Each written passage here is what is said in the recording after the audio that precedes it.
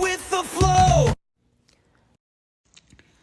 What's up, Coach Bergen here, and this is the Coach Bergen Show, episode 31. All right. Our guest today is Stephen Colosi. Oh, Matt, there we go. how's it There we going? go. Now we got it. How's it going? It's all right. It's all right. This is my first time ever doing a an Instagram live directly like this, so it Okay, took some cool. figuring out for me to do, but we're here now. We got there. So, Awesome. how are you? Awesome. Oh, living the dream as always. Love Yeah, that. No better way to live. of course. So, this is probably going to be the last podcast of 2025 that I'm doing. Mm, So, congratulations on that. Um, and then it I'm would honored. probably be the first one that gets put out in 2026 because I know it's not getting done tonight. Yeah. Um, but yeah, so what? Let's go into that since we're already on New Year's and whatever. Right. What are your plans for 2026? Yeah, so that's the hard part for me. Wrestling wise, Oh, there we go. sorry, I don't know what happened there. No My worries, it apologies. froze. But um yeah, so wrestling wise, I mean it's pretty cut and dry. I got good things going right now with WWA 4 and Pro South Wrestling. Um I'll be going to New Era in January.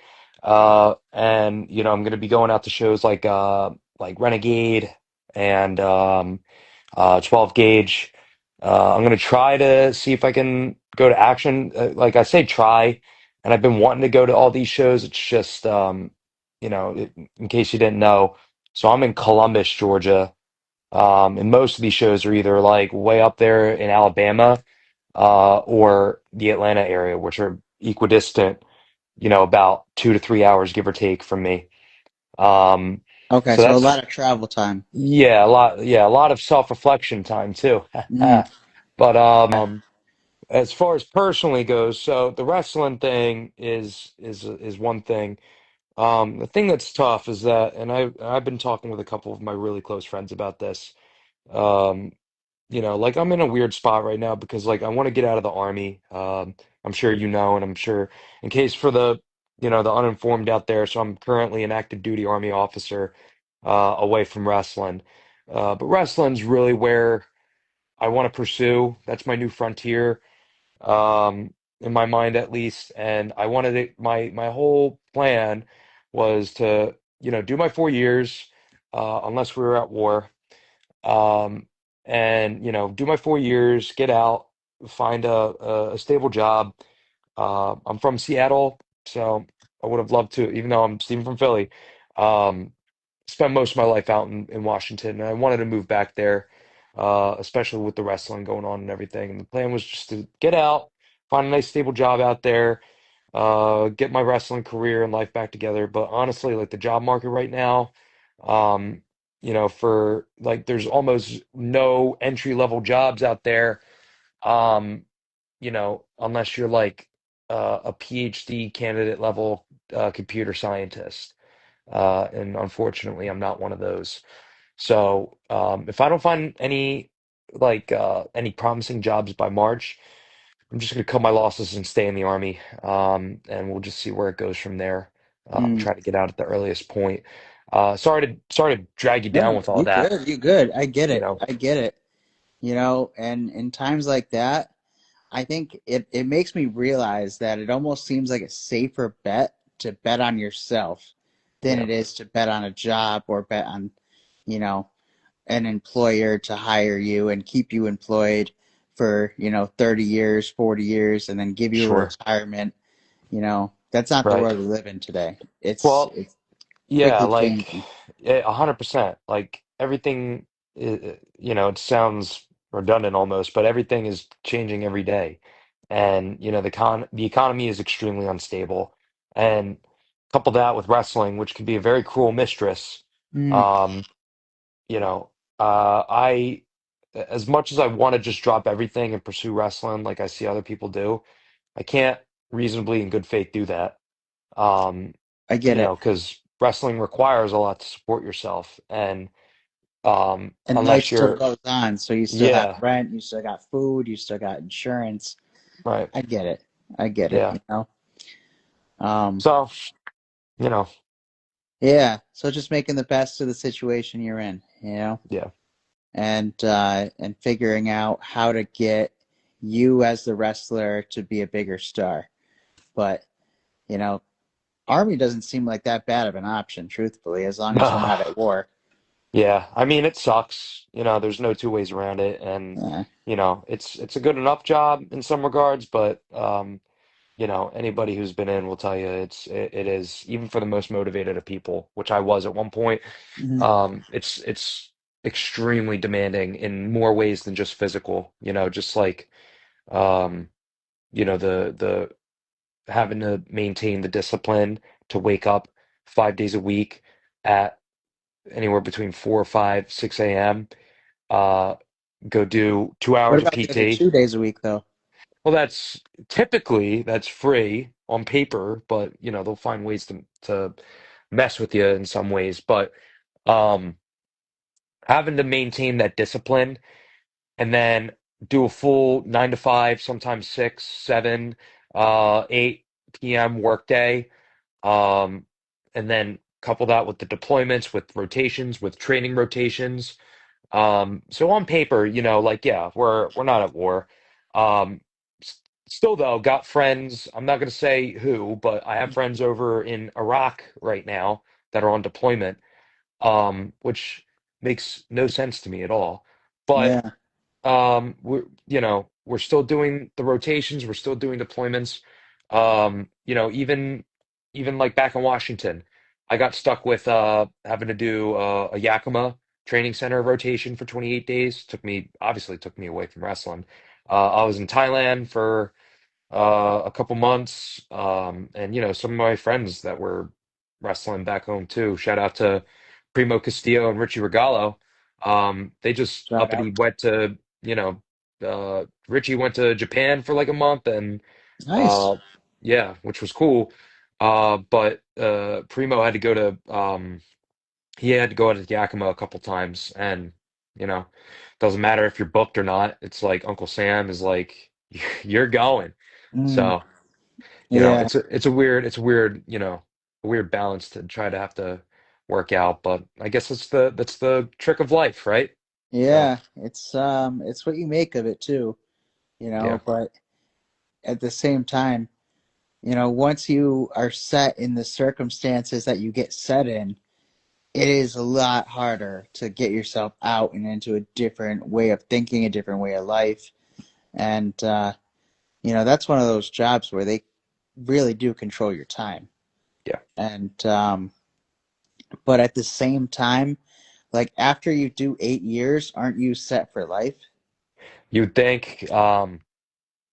So it's weird because I'm coming up on 4 years right now, and Yep. typically, for most people, that's enough to get some kind of benefit. Like you're not going to get retirement, obviously, Hmm. but you get things like the GI Bill. You get things like you know, um, some kind of there are some benefits I haven't really researched into, but some of the benefits I'm not eligible for. To make a long story short, the way I got into the Army was I did ROTC for 4 years at my university. And once I finished my 4 years, or during that 4 years, I was on an ROTC scholarship. So they paid for my school, and in turn, I owed a 4 year obligation, um, which, they paid for my undergrad. Hmm. So I can't complain too much. But if I wanted to get out tomorrow, I wouldn't be eligible for the GI Bill, whether it be for me or, if I had a family or anything like that, which is a major incentive for people joining. Right. Um, I wouldn't have access to that. So originally, I wanted to go to law school, um, because that's something I'm equally passionate about. That maybe not so much law, but more politics at my local level. And I figured, why not go to law school? But upon learning that I wasn't going to be eligible for the GI Bill and any sort of benefits like that at the 4 year mark, plus, costs Oh are yeah. skyrocketing, and I do not want to, there's no career out there that I'm willing to go into debt for. No. Um, it was like that definitely changed some things because if I wanted to get the GI Bill and be able to use it for something like law school or, if I have kids soon and, Right. I want to send them to school one day, uh, I would have to do another 3 years minimum. So I'm weighing Oh my wow. options. Yeah, yeah. And it's not an easy 3 years, but No, I what can't can you do? imagine. So it's what All it right. is. Well, let's try to flip it into the Yeah, focusing on the positives here. sure. What has been the best part for you being part of the army? Ooh, wow. Great question. I haven't been asked that before. Good, good. There's a lot that I could say. Um, the opportunities for sure. Here I am at 26, and not to give you the full lore rundown, but I grew up in poverty, and from where I come, there aren't too many opportunities available for somewhere like a small town like Bucks County, Pennsylvania. Um, there's not an ample lot of opportunity there. The Army, through blood, sweat, and tears, allowed me at 26 to travel the world, both to Asia and Europe. Um, it funded my education. Um, I'll go dig it up somewhere. They let me go to air assault school and they gave me a little helicopter badge, which was pretty cool that I can wear on my uniform. They give you a lot of skills that are very applicable to the civilian world, especially as an officer. Um, you would think on paper it would be easy for me to find a job, but because they indirectly prepare you a lot for the civilian world, the corporate sector, government jobs, anything of that nature. Um, I think, though, the best thing the Army has done for me, my family at least has had a very long history of just like kind of being stuck in a way. My dad grew up poor. I grew up poor. My grandparents were relatively poor. My great grandparents were all right because they were, going through the post World War II boom. But eventually that faded away. The Army allowed me to kind of stop that, and it gave me a stable foundation. And it gave me a stable foundation through something that I enjoy doing. Um, so that in that regard, I can't complain. And then, like anything else, you meet some of the absolute best people imaginable. Right. So that I've been really graced with for sure. Uh, you meet some pretty questionable people too. Oh, But I imagine. yeah, I it imagine. on that real quick, it is kind of funny, and I've my friends and I have talked about this all the time. With the Army, you either get like the absolute best people imaginable, or you get the absolute worst. Hmm. And there's like very like little in between. Like there's So not it's too many like. extremes at both ends. Yeah, yeah, right, pretty much. And you don't get a lot of like the whole like normal, like not good, not bad, like, or just they're just kind of there and existing. Like you either get some absolute like go-getters and people that'll give their clothes right off your back and that actually show up to a place and try to make it better, or you get the exact polar opposite of that. Um Hmm. and it's a choice every day of which one you're going to be, and that's the struggle for me, um, as it is with everybody else, I suppose. But um, you know, so good question. That For was a really sure. good For question. sure. All right. So So the ability to break free from, essentially from struggle, you know, is it seems like what it gave to you, which is sure, good. yeah, yeah, Um, but of course, it's got its own limitations that's placed on you as well, that you absolutely. now have to be, kind of stuck in a sense. Hmm. So yeah, it's not an easy situation. But No, how did you get into pro wrestling? Let's get into that. sweet. So. I guess you can credit the Army for getting me into pro wrestling. Let me just preface with saying that in the military, when you're training or doing whatever, surprisingly, there's a lot of downtime. Especially when you're out in the field or you're on a rotation or you're on a deployment. There's going to be a lot of time where you're just sitting there waiting for something to happen, whether that be somebody coming over and being like, all right, hey, we're doing this now or whatever. So you daydream a lot. If you don't have your phone, you just sit there. Um, the picture I'm trying to paint was Fort Benning, 2022 to 2023.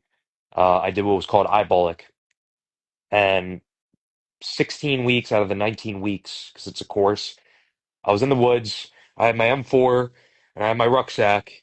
And for like 3, 4 hours out of the day, you're literally just sitting there in the prone, laying down, trying to fight falling asleep. And I remember I would just like sit there and think about wrestling. I would think about what would my entrance be. I think about what would my character look like.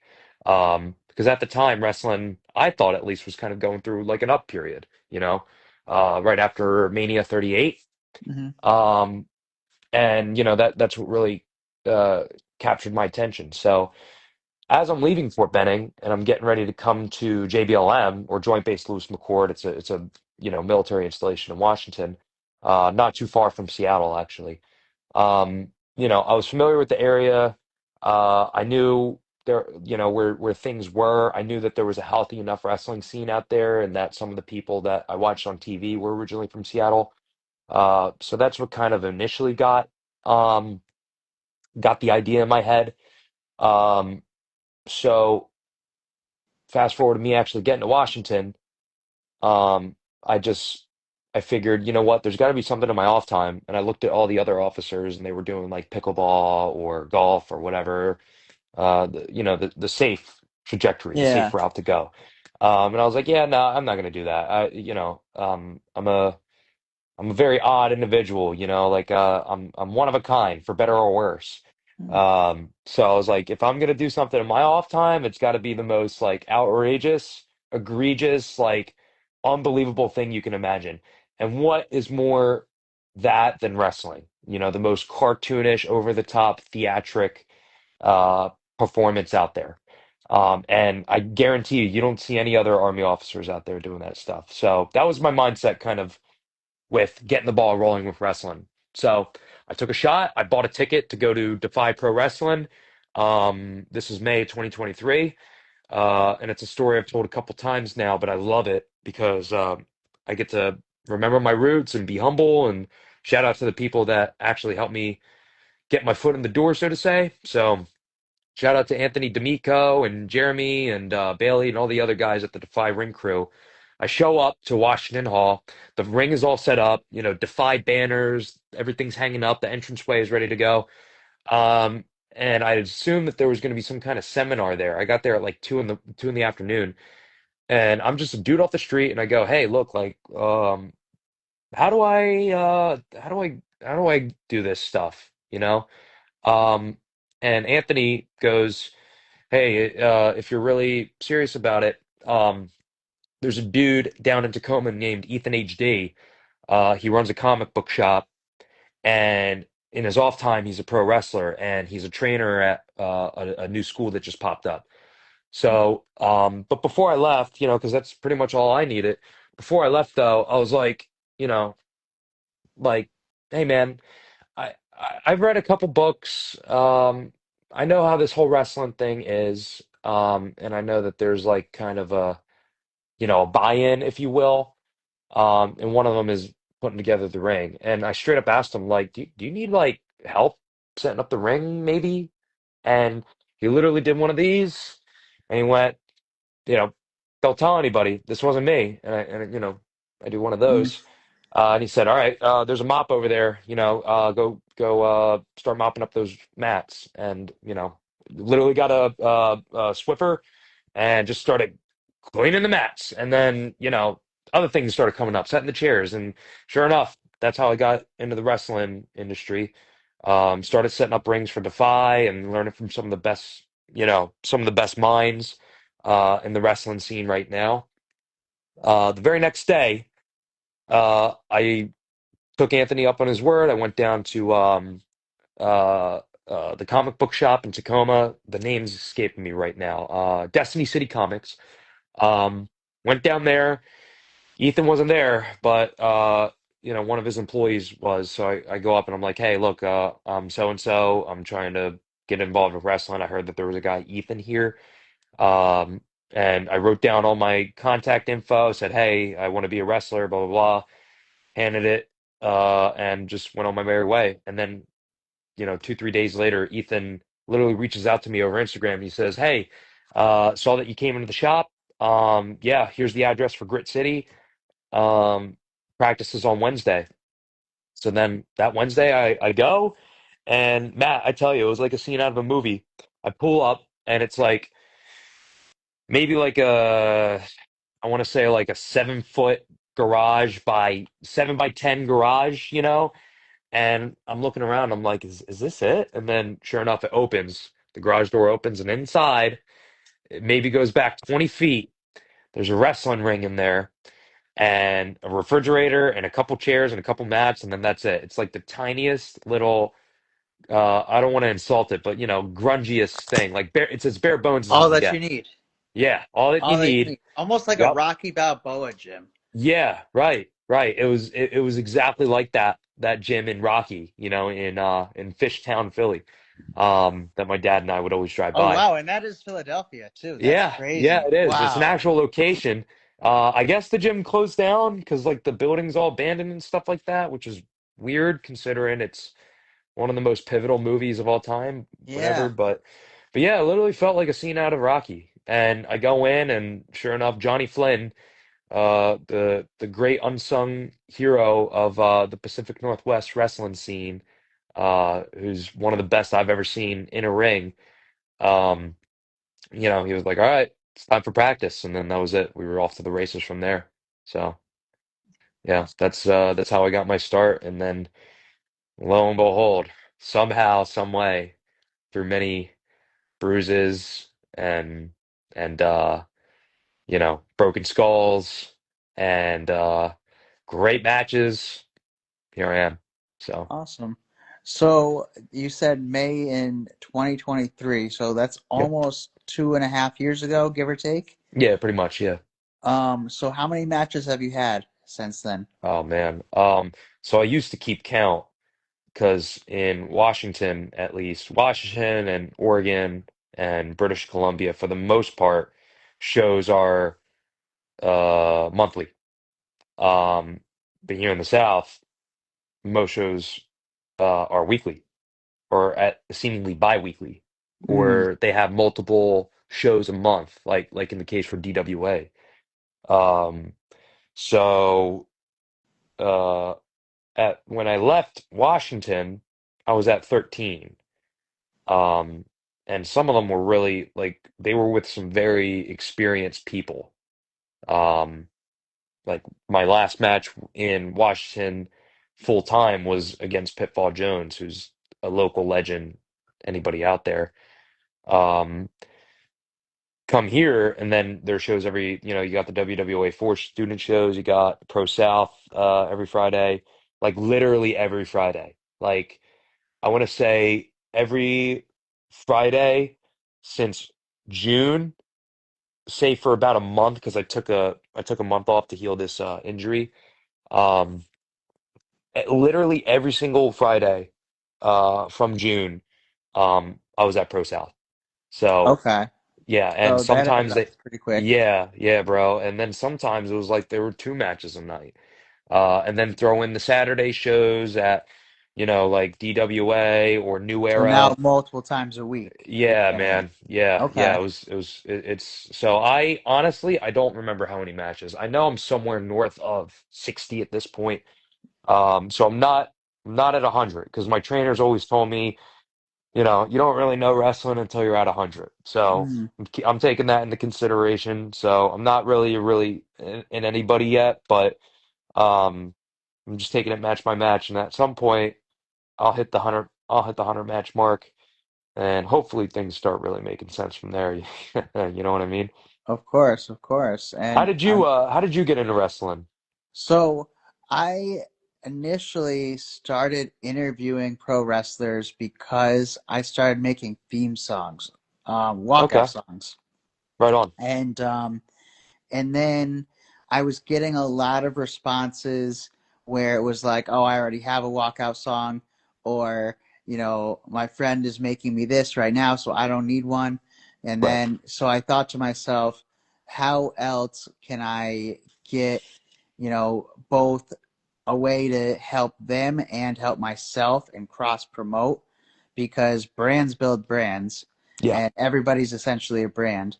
Hmm. And so I started realizing like podcasting is super easy. Sure. And so I just started kind of doing it. And I've off and on been doing this for a couple years, but this is like where I've actually been consistent. And so this is the 31st episode I've done this year. Right on. And I'm going to make sure I hit at least 50 in 2026. And, I'm going to try to double it every year until I Awesome. get to like too much, Yeah. because at a Yeah. certain point, I'm not going to want to do it every day. Hmm. Um, but if I was doing over 100 episodes a year, that would be fantastic, and that would like definitely grow. But Right on. um, I mean, my whole reasoning for wanting to have a podcast is because I'm going to share this story real quick. Sure. So 10 years ago in this January, 10 years ago, um, I was in a coma, and the doctors had told my parents that best case scenario, I was going to be in a vegetative state the rest of my life. Wow. And I was paralyzed on the left side of my body. I couldn't lift my arm, my leg, anything. Yeah. And I was in this coma for 3 weeks. I had lost 30 pounds while I was in it. And I'm not a big guy to begin with. I walk around about 120 pounds right now. So, like, it was a lot. And, Hmm. so then after I had woken up, they had brought me to this rehab center to teach me to walk again. And Hmm. on the first night there, the doctor said it was going to be a few months, probably a year, before I made it back home. And I told him I was going to be home next week. And he started laughing at me. He's like, I have no clue where you're getting this idea from. It's going to be at least a few months, and then we'll talk from there. And I said, well, no offense, doctor, but you don't know me. I am going to be home next week. And a week to that day, I made it back home. And so when I made it back, I wrote down everything about the experience, and then I turned it into a movie script, got it properly formatted, copyrighted, etc. And then earlier this year, I decided that I could probably create it with the cartoon characters that I've started making. Hmm. And then a few months ago, like back in August, I to short the story. Um, Back in August, I had another health scare where I was told I could potentially have seizures again. And it was from a Really. doctor that I didn't have, like, at that time when it first happened. And he had no idea I had previous history of seizures. Uh-huh. And so it was like, it was kind of scary to me, to be honest. And I'm not religious, but I had like spoken to God and, the creator of the universe, Yeah. that if I could have my health back, I would create my film.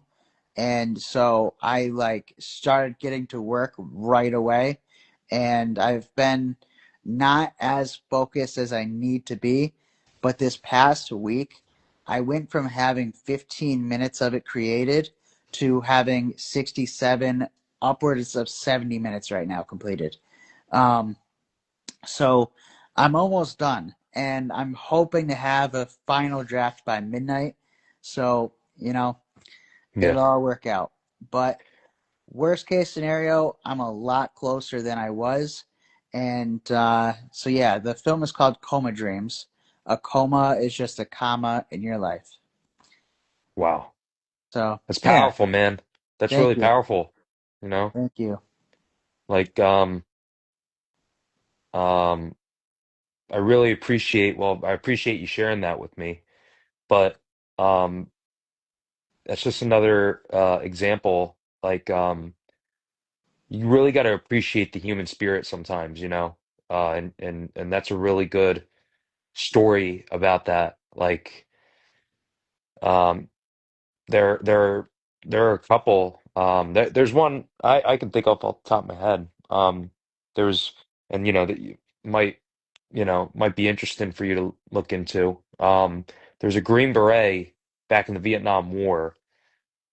His name was Roy Benavidez, and to my I've heard knowledge, the name.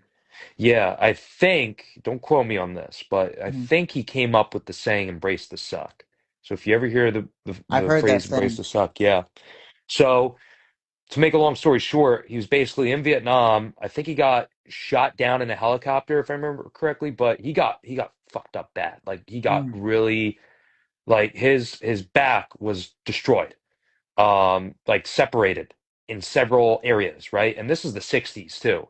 So not exactly medieval times, but medical knowledge wasn't what it is today, obviously. And even today, it's a struggle for people. Doctors told him, "You're never going to walk again." And he didn't take that for an answer. And through the most excruciating pain over the next couple months, he not only regains the ability to walk again, but run and do all this stuff to where he not only joined back into the army, but he regained his special forces position, which is no easy task, trust Oh me. wow, yeah, I can't And imagine. yeah, and then he goes back to Vietnam and he has like this crazy story because I think it was like either the Viet Cong or the NVA, like they assaulted his position and he saved like 9 dudes, I want to say. And he was in extreme close combat. He was using a knife against them, like, Colt 45 stuff. He became a Medal of Honor recipient for that. And that was a really interesting story that I read about a couple years ago. Um, but like it's funny, Matt, because one of the not to get all philosophical or anything like No, that. I know please this is a go wrestling show, but philosophical. This is good. I struggle with my faith a lot, and believing whether there really is a God, especially this year, because it was been a good year for wrestling, but it's also been really rough, Mm. having to move and everything like that. Um, and for a lot of reasons, there are points where I question whether there really is any point to this religion thing. And part of that is just sometimes it's hard for me to not believe empirical facts that are right before you, or vice versa. Like I look at logic, I look at like what science presents, um, and I base what I believe off of that. I believe in empirical evidence and stuff like that. And um, obviously with religion, that's the trick is learning to put your faith into something that you really can't see. And one of the things that always checkers science to me is, or checkers, is that even a word? Check science, I whatever you want to like call it. I like it. Right. Overcomes.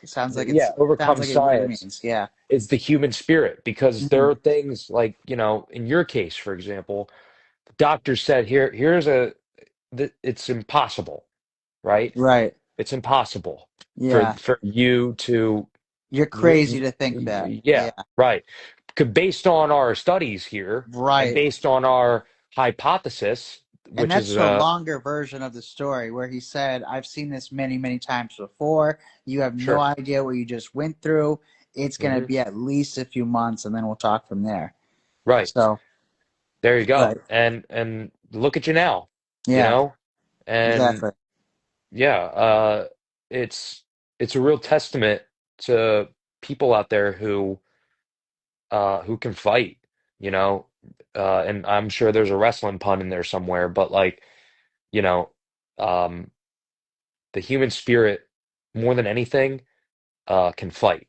Mm, And it baffles me because sometimes science is wrong. And they'll say right. you're going to live like this. And whether, you're the coach Matt himself or, you're Roy Benavidez, sometimes there's never overcoming the human spirit. And even in the lowest moments, that helps me get through some really hard days. So For I sure. appreciate you sharing that for sure. I think that hope is like the most essential thing. Hmm. Because without having hope in ourselves to be able to, create a better life for ourselves or hope that our pain is only temporary or hope that, you know, life is going to get more enjoyable. Without hope, we have no reason to want to continue. And then once you don't have the reason to continue, you're just going to beat yourself at that point. Yeah. And so, yeah, no, I feel Hmm. that. I feel that. Hey man, if we're talking about hope, this year was a real trial for hope, for me at least. Like strictly from a wrestling perspective, um, or you know what, from a whole holistic perspective. Yeah, Like, of course. um, I really struggled this year. So, in January, February, somewhere around that time frame, wrestling's going amazing. I just had my first match. I was getting ready to have my I guess my solo run at SOS, which I think to me at least is the second biggest, if not the biggest show in Washington State and one of the biggest on the West Coast as a whole, Canada and US. Um, and here I am somehow, luckily enough, I'm getting solo matches. I'm getting in tag matches. I'm involved in major storylines, right? Um, and like literally the wrestling career that people would kill for, and I'm right there and I'm living it. Uh, Army wise, I get what's called JOBA or Junior Officer Broadening Assignment, which is a normal thing. But I had wanted to stay in Washington up until I made captain, and then by then I figured, I'm gonna get out and I'm gonna go get another job somewhere and, pursue this wrestling thing further, blah blah blah blah blah. But the JOBA was I got my 30, like they give you a whole list of jobs, and with the job there's an accompanying duty station. Um, and I got my 36th choice in Fort Benning, Georgia. So they gave me 6 months to basically pack up all my shit, say goodbye, and drive cross country. And normally, it's tough enough as, an Army officer because you're leaving behind people that you're in charge of, people that you've bonded with. And moving's never easy, obviously. Mm, Um, but I had to say goodbye basically to wrestling, to everybody that's trained me, everybody that I went up and trained with, people that I've had amazing matches with, people that I planned with. mm, Um, I gave up opportunities to go wrestle in Canada, down in, my friends were starting to go to California to wrestle. Um, and, on top of it, my girlfriend and I at the time, we had a great relationship but it wasn't fair to her that she would have to mm, move. So, um, it's been a rough year. And then on top of, giving up wrestling there, I had to find somewhere to maintain some kind of hope that I'm going to get out of here. And then I'll be able to have a flourishing career again because, my wrestling career should have died for all intents and purposes back in June. I was 2 hours away from any school. I'm not experienced enough, trained enough to where I can be like one of the vets that doesn't even really have to train. They just get it so well. mm, Um, I'm not at that point yet. Uh, in my mind, I'm still a trainee in a lot of regards. Um, only in what, 2 years almost, 2.5 years, something like that. And the nearest action that I got to me is either 2 hours up that way or 2 hours up this way. And nobody yeah. lives close to me. So it was a struggle. It was a struggle. And, when you have friends in the wrestling industry, that you train with, they also advocate for you when they go to shows and vice versa. If you go to a show and you know So that, it's easier to get into other shows yeah, because you right, knew the community already. right, right. Mm, And it was easier to get, because you could, a booker would come up to you with an idea that, they want to run a match with you. And then if it works out well, you throw in, hey, I know this person. Can I run a match with them? And then sure enough, that gets that ball rolling, you know? Happens all the time. And it benefited me and it benefited my friends. And it was a great, great system that we all benefited from. And more importantly, the audience benefited from. But I don't have that here. I don't have mm, anybody, and I'm not trying to like point fingers or curse at the sky or be all like, woe is me, but like the objective reality is that I'm kind of like a one man island down here. Uh, if you want a shot at wrestling, you either got to go up to Atlanta or make it down to Orlando, which is like a 7 hour drive for me. Um, and on top of it, it's the Army. So I don't have a flexible enough schedule as it is, to where I can Right. drop everything and go for wrestling. And kudos to the people that do. But again, they're up there in Atlanta, and you know, if we're talking facts, the opportunities are there. They're not in Columbus or Fort Benning. And that weighed on me a lot this year, and trying to find the hope to still drive all these hours to go to these shows. And almost at some points, it felt like I was forcing myself to go up and train or force myself to go up to a show. Discipline. Um, right, right. Mm, And it was pure will and discipline that got me however many matches I'm at here now in the Southeast wrestling scene. Um, because the hope certainly was not there. There were times where I was driving to a show and I felt like the world was ending, and I felt like, why the fuck am I even doing this right now? uh, Um, like there, and I felt like there's no hope. I'm just gonna wrestle at this show. People are gonna forget about me, and then maybe if I'm lucky or whatever. It was just sheer willpower to be like, I can't give up now. And it's benefited me. Like now I'm starting to see that things are indeed worth it and shows are open. Um, but I'm not completely out of that stage yet. I'm mm. still dealing with it a little bit. Um, The benefits are still so compounding. yeah, right. It's still materializing, so to Right. say. Right. Um, it's just like, and not even like, oh, I'm not booked on shows. Oh, this sucks, whatever. Because I've been booked on shows. It's fine. I'm not bitter about that. And if when it comes, it comes. It's just, the thing I'm struggling with is just, um, the reason why, to keep going to these shows, like, and uh, the proximity wear and tear, I guess, if you will. Um, that's Right. what I'm struggling So with you right got to now. kind of, weigh the cost to benefit of, Sure. going through the effort. Yeah. And, Yeah. you know, I know it's definitely not an exact equation to it, but what I would try to look at it as is every time that you go to a show is like another chance of getting discovered to be able to escape the life that you're living in now. So that way you can just do the thing you want to be doing, Yeah.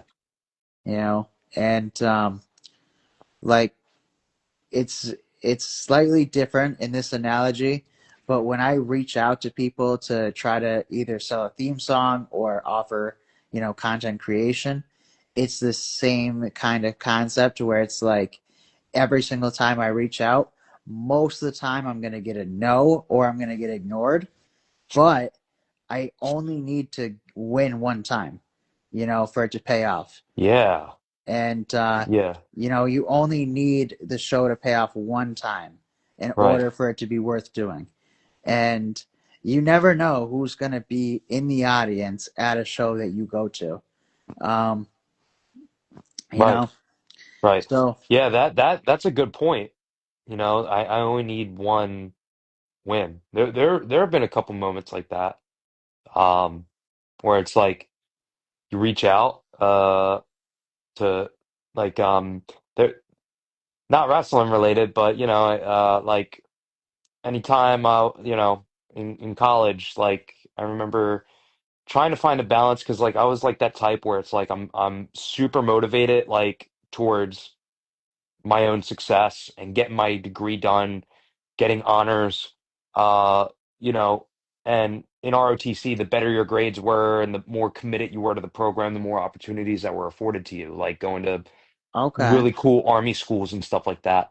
Um, so there was that of where I was driven from my career, but also trying to find, talk to girls and go out and have a social life. yeah, of course, Um, there was a balance, or I guess in my case there was an imbalance.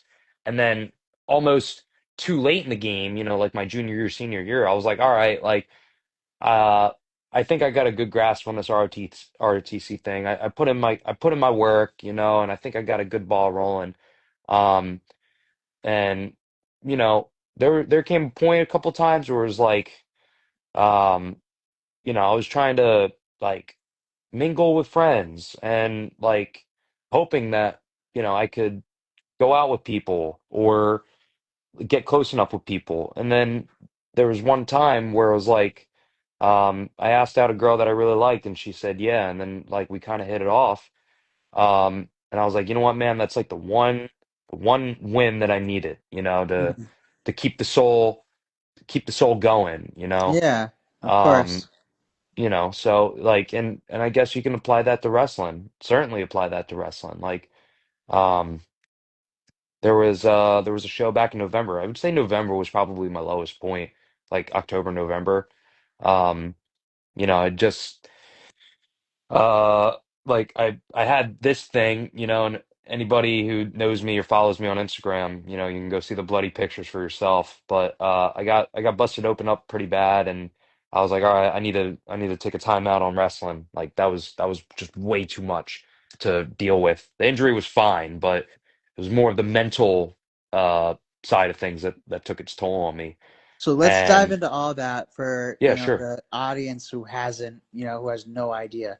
So Right. what happened with, how did you bust your head Oh open? man. Okay. All right. I say it like that, but in all actuality, it wasn't really that bad. And I'll talk more about it. And um, so I'm out in Georgia. I talk with the promoter of SOS, who is also my head trainer.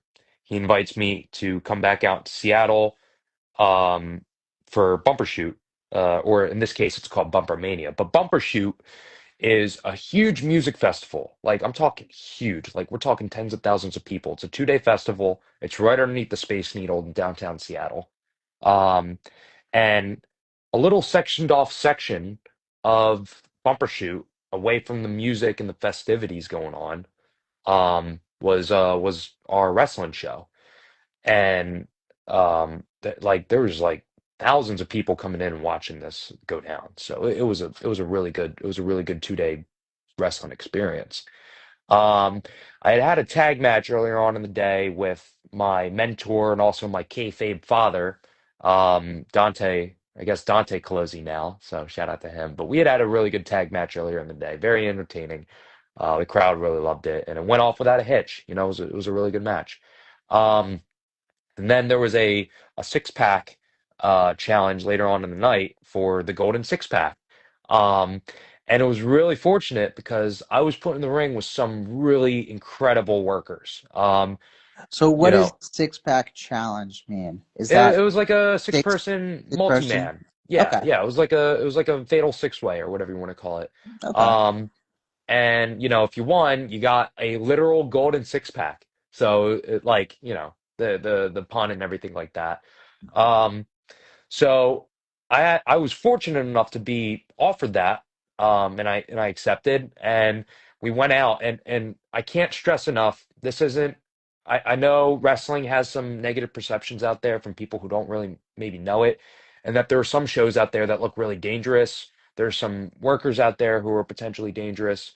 I'm telling you, Matt, and for the people watching in the future, that this show was of the highest quality and the highest workers. It just so happens that every once in a while in wrestling, something happens where you bonk heads with somebody, um, and it just kind of, it's a one in a million thing. Mm. Um, so at some point, it was me and my old tag team partner. Shout out to Skylar Hope. We did like a little reuniting spot because we were both heels. And then we did like a little handshake thingy. And then we turn around, we eat double crossbody from Casey Roushoff, great guy, and Rebel Kell, great woman. And both of them are very well respected, very tenured, and super professional. And I've had matches with KC before, great guy to work with. And Rebel Cal, her reputation speaks for itself. But just somewhere along the way, um, we I guess maybe Skylar and I were too close, but we were taking this crossbody and we just kind of bonked heads. And it's funny because we were talking over Instagram earlier today, literally recounting what went down. Um, and I don't know how, Matt, but somehow like I somehow wasn't concussed. Because I remember everything. I literally remember Mm. everything. I remember telling the doctors that were stitching me up. I remember everything. So they were like, okay, he's good.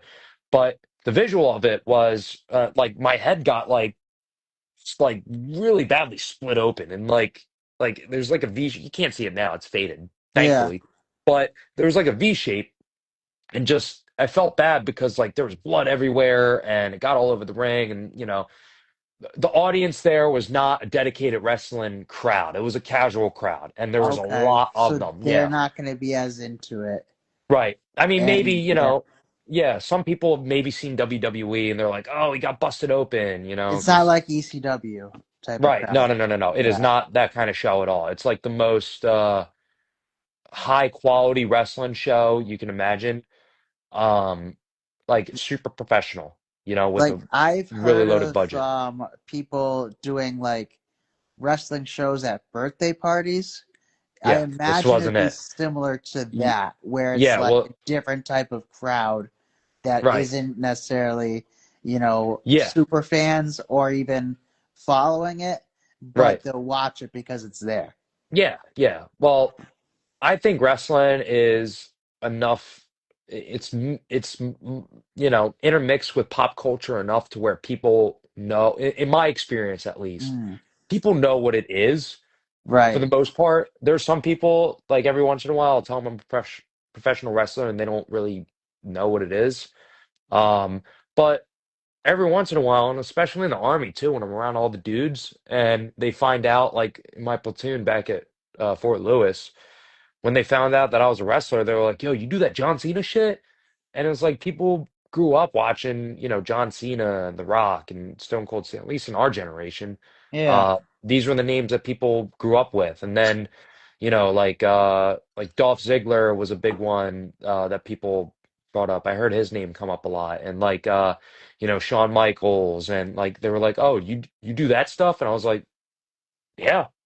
And I'm, you know, guilty as charged for saying it, but I'm trying to get big just like them, you know? Mm, And there's enough of a casual atmosphere with wrestling to where you can really get into it and not be so hooked into it to where you become like one of those extreme fans, but um people get a general idea of what wrestling is. And that was the crowd at Bumper Shoot. Because it wasn't like a backyard trailer park, like, type of thing like that. No shade towards those people, but yeah, of there's a course, of certain course. stereotype, that wrestling kind of has sometimes. And when you got dudes that are doing like, you know, unsafe moves through glass, um, and uh, anyway, like that's not the show that this was, and it was in front of a casual crowd. It was a really like weird mix because like they didn't really know that wrestlers get busted open, which anybody that's watched WWE ever, all the time Mm, that people get busted open. It just so happens that I was busted open accidentally, and I yeah. think what happened was when me and Skylar bonked heads. I talked with a couple of my friends that are in like one of my friends, she's in dermatology. So I asked her like to like do a little digging as to like what even happened because um so I guess like the skin up here or the head as a whole, the head holds a lot of blood, obviously. There's a lot of stuff going on and it necessitates a lot of blood and a lot of airflow and everything like that. Um and the forehead itself, I guess, is thin. It's not a very it's not a very durable protective layer, so to say. So if you just get and funny, I don't know if you remember SummerSlam a couple years ago when Brock Lesnar went up against Randy Orton, Hmm. and there was that whole big controversy because Brock literally grabs him. he just grabs him, just goes bop bop bop, and he busts him open like what? So he busted him open hard way, and I remember people were freaking out about that. I was a teenager when I saw that, And I remember going online and people were like freaking up all up and down, and it got blown up a little bit. Again, it wasn't like it was bad, you know, and Randy got messed up. But from a science perspective, you know, the skin up here is a little bit more uh vulnerable. But if you know, you could even be like moving a fridge or a table, and if you get bonked here good enough, you're gonna start gushing blood everywhere. Um, and that just what happened with me. Like, I guess we were a little too close together.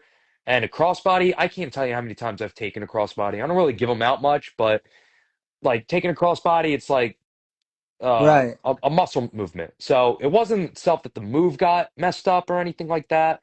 And it wasn't a thing against the quality of the wrestler involved.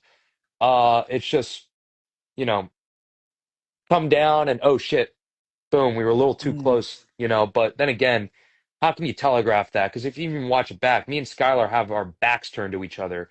So unless I grow a pair of eyes on the back of my head, you know, Well, you should have something done like that that. was, You should have yeah, thought right? ahead, Yeah, you shoulda, coulda, know? woulda, right? Yeah. Yeah, yeah. Maybe the I'll army write can that give you down. that. Yeah, maybe. You know, I know they do all sorts of like experimental stuff all the time. So maybe I'll go some contacts in the CIA and the MK Yeah. Ultra program, and Yeah. Tell them you need they'll it for pro wrestling, but it will be perfect for them to test it out with you, yeah, exactly. you I'll know? go up to them and be like, yeah, pro wrestling will be like that John Cena shit. Yeah. So Yeah. there you go. Hey, Yeah. Did kudos people to you, ask you if Matt. you know John Cena? No, No. I have actually met John Cena once though. I don't want like not meet him, but there was a house show in New Jersey back in 2008, I want to say. And I was a little kid. My mom took me there. Um, John Cena had a match with Jericho. He was, I think he was the world champion at the time. And he finished the match. He's, you know, whatever. And I remember John's, I was reaching out, trying, and John's big ass fucking meat hamlock of a hand grabs mine like that, and it gave me the firmest handshake ever. And we locked eyes. So, you know, as an 8-year-old kid, seeing this guy on TV shake my hand every week, I was completely mesmerized. I was like, holy shit, Oh John Cena yeah. just shook my hand. So, you know, I guess I met Cena before, you know, but nah, like, I don't, I mean, people, when I tell them that I do this, though, they do ask me if I know anybody famous. Not anybody one in particular, but you know, I'll be like, yeah, you know, if you know this person, or that person, they're on TV every week, and I'm good friends with them. Like, you know, Aubrey Edwards, she was big in Seattle. She's a mentor of mine, really good friend. You know, she's on TV every week, and I'm fortunate enough to be really close with her. AR Fox is my coach. He's on TV every week, if not every other week. I don't know his schedule, and to be honest, I don't really watch wrestling as a whole. But you know, he's on TV. My parents watch him on TV. And he's my coach. I literally saw him last night. Mm. So, um, it's interesting how you meet some really famous people in a short amount of time when you go through wrestling. It's like that 5 degrees of separation from somebody famous. I know that was a trend on Instagram a while ago, but it Yeah. really is that, you know? So Yeah. Like you're five people away from meeting anybody you want to meet. yeah, yeah, Yeah. exactly. Yeah. I remember, yeah. And sure enough, you know, wrestling that makes it maybe like two or three, Mm.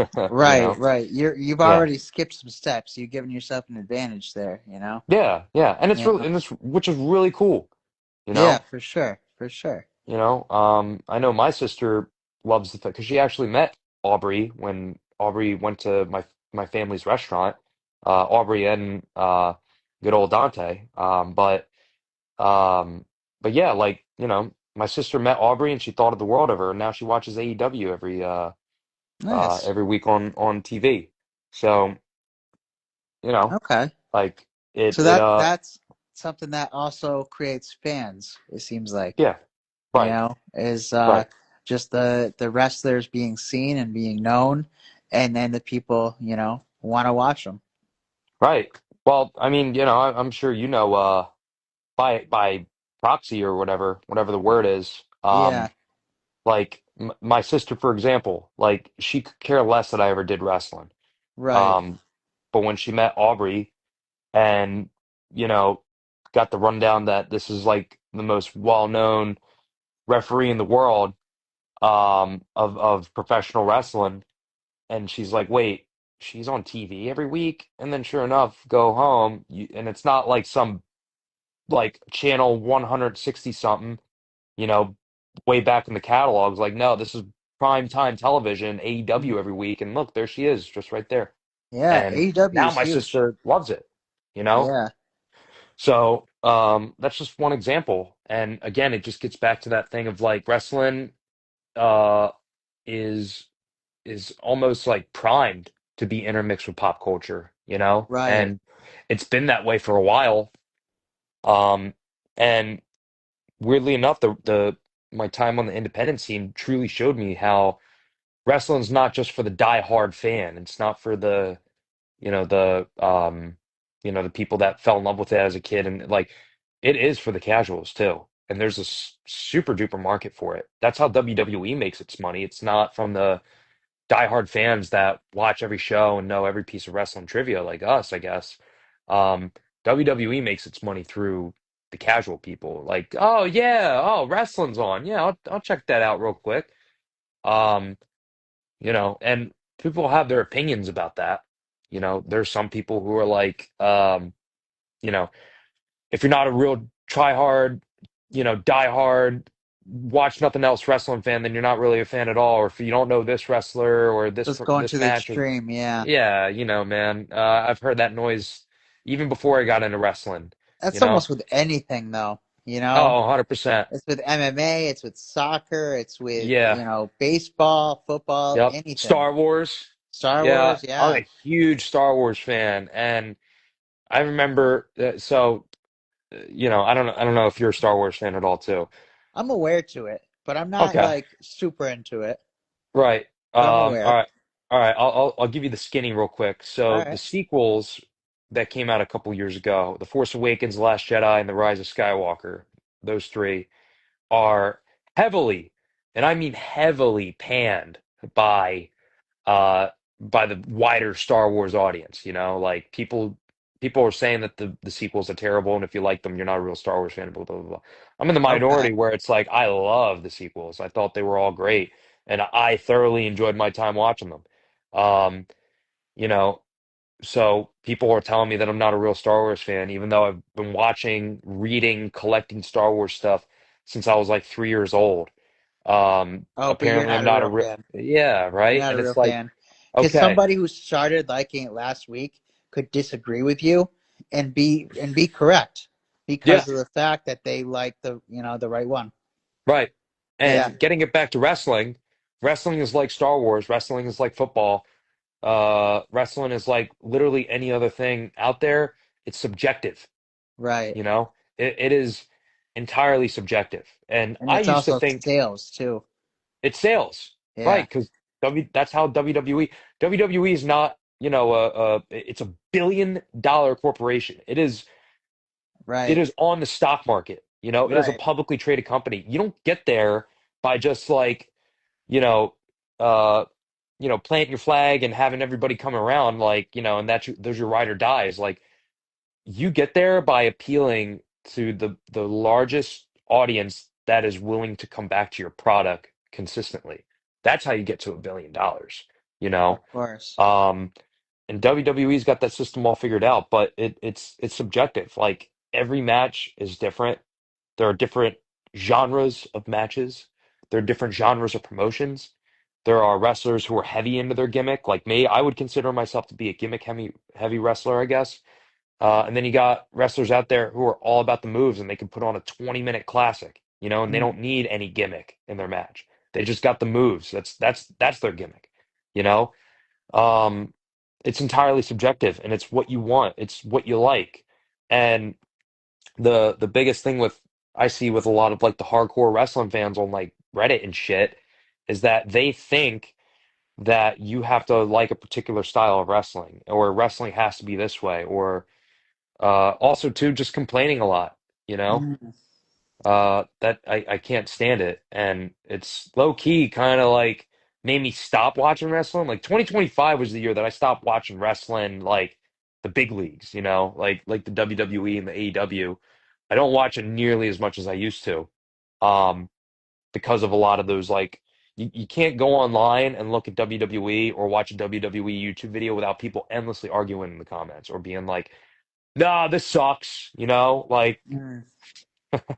But that's like also literally anything. You're gonna yeah, have people that love it and hate it. And yeah, if you get big enough, it's gonna be about 50-50, you right. know? And so I get it, but also I agree with what you were saying with like life is kind of like pro wrestling in a lot of different ways. Hmm. And especially with sales and promotion and advertising and there's a lot that can be not only learned from it but applied into other aspects of life for sure. Sure. Um, yeah, Life's just one big spot fest, to use yeah, a super indie term, I guess, mm, You got the high spots and then you got the heat, right? You got the high yeah, spots and the cutoffs, you know. You got the screwy finishes, right? yeah, yeah, yeah. Yeah. You got the DQ, you got the storylines that don't really go anywhere, right? And then the dark matches that nobody The dark sees, matches, you yep. know. You got the Meltzer minus 5-star matches, moments. Yeah. Yeah. And It's sometimes some tag team matches because you'll work with somebody else and then, yeah. things Right. You happen. got Life you got some happens. title matches, you got some Yeah. barn burners in there. You got every once in a while we get a hardcore Christmas themed death match. And then occasionally you're trapped in a cage. Yeah, yeah. Yeah. I haven't been trapped in a cage yet. I'm looking That's forward good. to the time that I am. Yeah, but I've been in j my last two matches alone were really watershed moments because the first was like my first real no DQ match, and then the second was my first ever ladder match. First ever tag team ladder match. First time multi-team tag team Oh, ladder wow. match. First time multi-teamed TLC tag title match. Mm. So that was one of the most like intimidating matches I've ever been in the back having to plan out or be a part of the planning process. I even told the guys like, look, I've never been I've I've been in maybe like five tag team matches. Uh hardly ever or hardly anything to really like offer as a tag wrestler, let alone a multi-team tag team TLC match. So I'm just gonna you guys take the reins, I'll plug in whatever you guys need as needed. But like I don't really know what I can offer at this point. I just gotta cut my teeth and do this thing. Mm. Um and it went off without a hitch, thankfully, but that was a really interesting experience. Like actually planning out and being a part of the planning process of such a like ludicrous stipulation, in a good way. In a good way, it's a ludicrous but there's just so much. Like there's already enough in a match that you have to plan out, remembering all your spots and coming up with something on the fly if need be. But then you throw in the ladders, you throw in the tables, you throw in the chairs, you throw in the titles hanging above the ring and all the And then spots all the extra between. people. Yeah, man. Mm. Yeah, that was, but we did it. We did it. And it was a very valuable experience watching it and figuring out, all right, this is how you do a tag team TLC match. Awesome, you know? Yeah. So All right. So, do you probably it sounds like you're preferring to work not in tag team matches then, because yeah, well, it's something I want to get in spirit experience with. Um, okay, because there are some fantastic tag teams out there. Um, One on the West Coast that I'm thinking about right now, the Flamin' Aces, and then over here in the Atlanta area, there's Northside Heroes. And both I saw some of their matches at shows, um, and they're fantastic. and they add a whole new element to wrestling that I want to be able to understand. Because at this point, I think I got a pretty decent, um, I want to say, understanding of a singles match. I've had matches 3 minutes. And I just had my last singles match was a 22-minute match, and it wasn't like it ran overtime. It was like it was the Christmas hardcore match. So we had planned it out to be, a very entertaining longer match. So I feel like I've got a pretty in-depth understanding about how a singles match goes about. Tags are a whole different beast, Mm. and I'm very welcome to that challenge. So right now I'm in Pro South, and I've had a tag team going the past couple weeks with a good kid, Trey Jordan, um, and we just added a phenomenal worker, KJ Valentine. Shout out to him.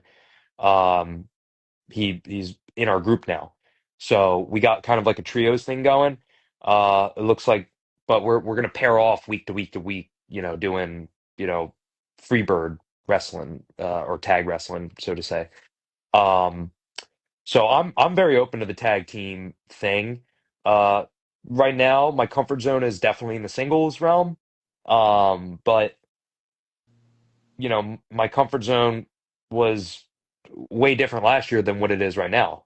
And the only way that I'm going to be able to, you know, get comfortable in the tag team match division, I guess, is to actually go out and do tag team matches.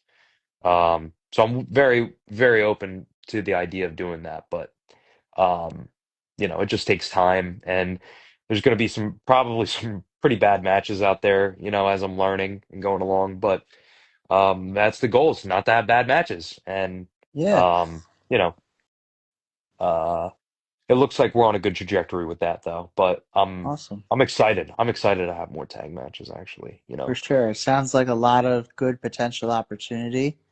Yeah, So when you have the tag matches, like when it's on live TV, yeah. I obviously the camera shows just one part of the action. Do Sure. the other people know what part of the action is going to be on camera? It depends on where, if you go to a show where it's not being filmed, um, you know, that's another thing Then you versus don't if have you, that option because you're still well, in the spotlight in a sense. yeah. Like, what But do you it's, mean? Like, I guess are you what I'm talking about? thinking is like if you know that you're kind of in the background, you don't Mhm. have to be as entertaining or put on as much of a show because you know the camera's on the people in front of you. Well, that's where I would, all right. So on paper, yeah, you don't have to be. You don't really have to do anything, Right. if as long as you're not in the match proper. Um, but me being me, I love messing with people, especially in the crowd. And tag matches give me ample amount of time to really um to really get that over with some of the fans, and to Okay, just so you do really crowd work. like look, imagine I'm up here on the Yeah. ropes right now, and my partner's in there kicking some ass, right? And I'm looking at Yeah. you right now, Matt, and Yeah. I'm like, what are you looking at? What are you looking at? You're watching all this going down. You like what you see? Like, stuff like that. Like, I just Okay. came up with that off the top of my head. Um, but it's like anything else in wrestling, it's what you make of it. Like, if you know that the spotlight's not on you, even better. Like, if you're not being filmed and the action, the camera people are focusing on the action in the ring, great, because that means you can get away with more. Mm. Because there are some times where it's like, all right, like, I love messing with the fans and giving them that interaction and giving them that extra little juice, when they pay for a ticket, because it's one thing to see some great wrestling. It's another thing when you actually get to interact with the wrestlers while they're in their match. Oh yeah. Um, so I love that, and I love giving them that, even if it's only a little bit. Um, and if you're not being focused on, it gives you more opportunity. I would argue Mm. more of an opportunity, because if, like, if the focus is on you, uh, you got to kind of balance it out between diverting your duties in the ring and telling the story on camera and furthering the storyline, whatever, but also still trying to give the fans, The their little show. extras, I call it. Yeah. Yeah, Um, but when I'm not on camera and the action's in the ring and I'm just sitting there chilling, oh yeah, 100%. And there's actually my first match proper for SOS back in Tacoma, Washington was a 3-on-2 handicap match. And I was on the three-man team, so, because of course, heels for the win. Heelish tactics always win the day, even though yeah. we didn't win that match, which I lost the match. Oh, damn. But yeah, right. Really, really let down the crew there that night. Yeah, But it was yeah, and you during had that a whole match. advantage too. Yeah, right. You Yeah. know. We lost the 3-2 ratio to make Mm. it, about Army terminology and everything like that. But um, what I remember about that match was, first of all, the nerves were high because a lot of eyes they weren't on the other four participants because they were all very proven, established wrestlers. And everybody knows that they could all have a great match. The odd guy out was me. It was my first time actually being a major player in an SOS match. Um, and I was a trainee. At that point, I had had a year and a half, some change of training. So, the pressure was on. And I remember the nerves being there. But in the off moments, because I was such a character, because I had been a part of a stable before I'd wrestled that match, I did squeeze in little moments there where it's like, I'm watching 1 second and then the next second I'm turning around, I'm talking smack to a fan and then I'm right back. And then it gets easier over time. Like now, if I'm tagging with Trey or KJ and they're in the ring doing their thing, uh, like the what I'm trying to figure out is the timing to where I can just hop off the ring and just go mess with people and then Mm. hop back in right in the nick of time and then remember my spot. Right, Um, and I've done it before, and it takes some times and reps to really get good at that. All that to say is, wrestling, whether you're in tagging, you're in a tag team match or a singles match or a multi-person match, whatever, it's what you make of it, and it's really your creative outlet. And my input into the creative process of wrestling is, like I said, I'm big on reciprocating because the audience is paying money, they're paying me, uh, so I'm gonna do what I can to give them a little extra. Because sure, they paid for the match, they paid for the show, but why not give them a little something to remember, right. Whether that's like teasing like I'm gonna shake a kid's hand and just go like, nope, or Like one come I out, love yeah. doing, yeah, right. Or one I love doing real quick, real innocent is like I go up to the fans and I love doing the Chris Jericho that he used to do in the early 2000s. I'm not Nice. the biggest guy out there. So when Easy Heat, when like, little old me goes up to a fan, I'm just like, yeah, look at that. You wish you had that. And then sometimes they're even bigger than me, you know? That's But yeah. yeah, but even in doing that, that gives them something. It Oh gives them a yeah. laugh. It gives them like who the fuck is this guy? Gives them Like, energy. Yeah, yeah, it gives them yeah. energy. And then they And feed it I back into the love that. show. Right. I love that. I don't Mm. have to do that. Nobody really has to do that. What you have to do, what you're getting paid to do, is to go in the ring, do your business, and then get out. But I love the fact that on top of doing all that stuff too, getting in the ring, doing the business, and getting out, you throw in little moments like that, and it makes the fans' experience much more memorable. Mm. So, you know, For sure. yeah. All right. So, I'm gonna say this is the longest podcast I've done out of the entire 31 Yeah, it's episodes entirely I've my done this fault year. too. I'm No, a don't I'm a be. talker, man. Don't. It's you're good. You're good. I'm not saying it's good or bad. I won't know until I go through and watch it. Sure. Um, but what I can tell you is that is something that you have won this year is you won the longest Coach Bergen show episode of 2025. All right. Yeah. And and then also the last one of the year. So Sweet. yeah, but Well, I'm honored. I'm So, glad that we were. Oh, this was the other one. That this is the least prepared episode I've ever done. Because oh yeah, usually I try to have some like questions in mind, and I try to create some fan submitted questions, or at least like sure. post something to get some fan submitted questions. But Hmm. I literally just remembered it about 3 hours ago when my alarm reminded me, and Yeah. and then I was like, oh, all right, let's get this done. So Hmm. yeah, Well, not but to not to put myself over here, Matt, but like I'm I'm a I'm a low maintenance guy, mm, and at the end of the day, that's exactly what I am. I'm a guy. exactly, Even if I tell you what, in the slim chance that I make it to the top echelon to whatever wrestling company is out there, um, I'm never gonna think of myself differently. And I don't think of these, like a podcast as like you know, uh, I see it as just two dudes just who talking. love something, just talking, because Yeah, we didn't talk entirely about wrestling. We talked about, right. overcoming challenges. We talked about, different fandoms getting extreme about things. We talked a lot, we covered a lot of ground. Oh yeah, And, if things are too structured, then it doesn't allow like those nice little moments of it feels like a genuine conversation. right. It's It free flowing.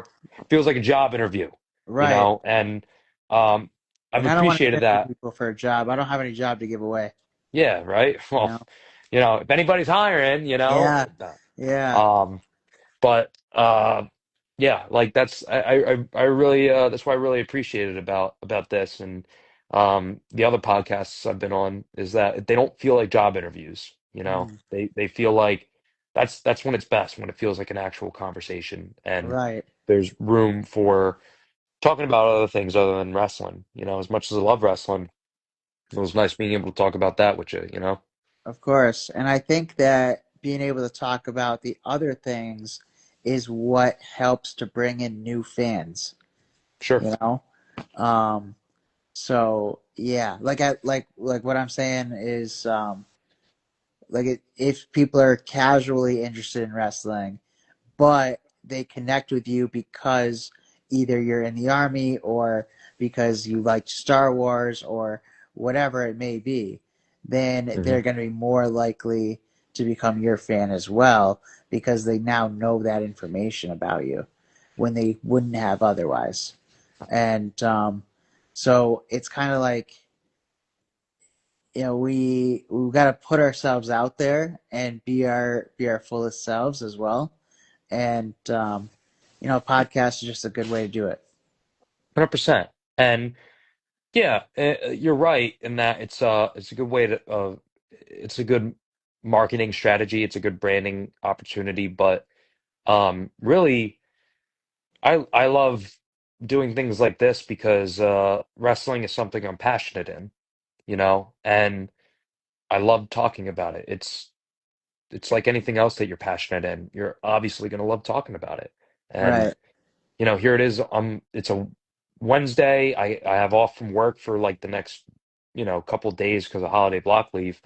Um, I would rather do nothing else than talk wrestling right now and talk about things that I'm passionate in that aren't just hobbies. Like wrestling's a lifestyle to me, as cheesy, cornbally as that might sound.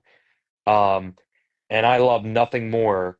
Like, I don't think about marketing. I don't think about strategies. I don't think about getting myself out there to fans. Because at the end of the day, I'm a guy, Mm, and I just there's no like I didn't get into wrestling because like I'm trying to figure out like the way to the fast buck or fame or whatever. I just did it because I liked it, and I'm like, shit, let me go do something I like, you of know, and course. I've and it's got me this far, somehow. Yeah. So, um, that's the same way I approach, talking with you. It's just I'm a passionate dude, you're a passionate dude. We just had a passionate, however many hour long podcast episode, Yeah. and I live for it. For So sure. For sure. All right. So let's definitely do another episode in the new year. yeah, And I will let you know when this is uploaded, and I will get some clips and everything created as well. awesome, awesome, right Cool. on. Awesome. Stephen Colosi. Thank you. Coach Matt. Yep. Yeah, it's Matt. Awesome. It's Matt Bergen, right? Yeah, yeah. Usually All right, just Coach Bergen is because it's Coach Coach Bergen. Bergen show. All Kind of right, like the cool. Truman Show, you know? Yeah, right, right, right. Except it's me, CBS, you know? Yeah, That's why I even didn't die better. in the coma. Right on. All right. Yeah, Enjoy the rest of your night. Happy New yeah. You Year. too. Happy New And Year, and we'll thank talk you. again soon. Thank you. Yeah, I'm glad you thank made you. the time today. Of course, and everybody watching, thank you, thank you. I Thank you. appreciate you. So, inshallah. Inshallah. Yo, why is my brain still humming? No time, if I lose this, I'm done. Where's the booth? Move! Yeah. I'm like, please, any beat, just go. Dream left a melody that won't let go. Coma dream visions got my thoughts in a choke. Now I'm sprinting to the mic like I'm chasing a joke. I'm like, please, don't you fade on me. Universe talking in a strange degree. I've been trapped in my head for eternity, but the dream said, coach, let the real you free. Laid out, staring at the ceiling of a 10, mind bent, ego spent, third eye paid rent. Saw myself fighting myself in a wild event, arguing over what coach really represents. Coma dreams had me meet my inner critic, dude petty as hell, low-key analytic. Call my whole persona basically a gimmick, then shrug like fine, at least you still win it. Then boom, the dream hit like a cheat code drop. Heard a rhythm in my chest that would not stop. Woke up sprinting through the dirt with a half-formed thought, trying to catch inspiration for the whole thing. Rots bust through the studio, flap like a frantic raccoon. Voice cracking like puberty hitting too soon. Engineer startled, I'm like, yo, hit it, we ain't got room. Then yell the line exactly like in the show. Hey, record right now, please go. Where the beat go? Go! I'm like, please, any beat just go. Dream left a melody that won't let go. Coma dream visions got my thoughts in a choke. Now I'm spitting in the booth, yelling it's a joke. I'm like, please, don't you fade on me. I've been trying to find a line between fear and free. Thought spirals trying to steal my identity, but the dream said, coach, rewrite your memory. It's a joke how I dodge my potential like smoke. Skipping open doors till the hinges broke. It's a joke how I choke when the moment invokes. Then the dream hit different like, bro, you woke. It's a joke. It's a joke. I've been drowning in doubt like a carnival dunk tank. Saying trust me when my trust blank. Trying to paint perfect, same brush, same paint. But perfection ain't real, that's a lie we inflate. All my fears lined up in the dream like a rose. Talking trash like he's not coming back. Do the most and the punchline dropped like a heavenly ghost. The only thing blocking me was me being the host. So I snapped, let the bars drip raw, unplanned. No ego in the booth, trying to micro me and man. Heart finally speaking, took the job in hand. I became who I've been trying to brand. It's a joke.